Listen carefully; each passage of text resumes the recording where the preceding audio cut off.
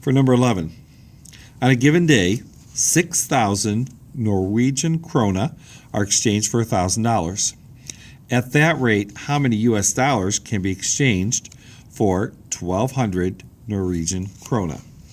So we know that we're using the same rate, so it is proportional.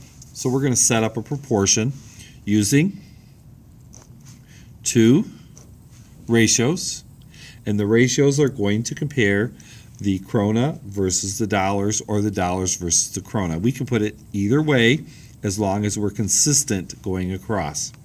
So they told us that 6,000 of the krona are equal to $1,000.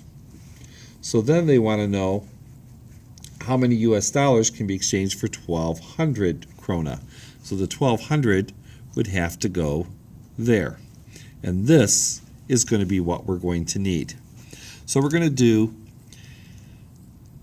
cross products here. But before we do that, we're going to simplify this fraction by getting rid of these zeros. So now we have 1/6 equals x over 1,200. So now 6x equals 1 times 1,200, which is 1,200. And once again, with the equation, to isolate the variable, the opposite of times is divide. Divide both by 6. That gives us 1. 1 times x is x. And then here, 1,200 divided by 6, just look at the 12 and the 6. 1 and 2. And so we have the two zeros, 200. So that would mean we would get $200 for 1,200 krona. Another thing we could do with this, if we wanted to do krona for dollars, we had 6,000 over 1,000, which gives us a 6-to-1 unit rate.